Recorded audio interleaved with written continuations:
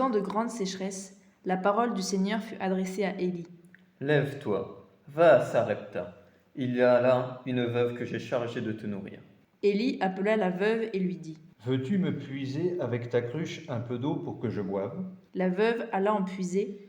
Élie lui dit encore. Apporte-moi aussi un morceau de pain. Je le jure, je n'ai pas de pain. J'ai seulement une jarre, une poignée de farine et un peu d'huile dans un vase. Je rentre préparer pour moi et pour mon fils ce qui nous reste. Nous le mangerons et puis nous mourrons. Élie lui dit alors. N'aie pas peur. Va, fais ce que tu as dit. Mais d'abord, cuis-moi une petite galette et apporte-la-moi.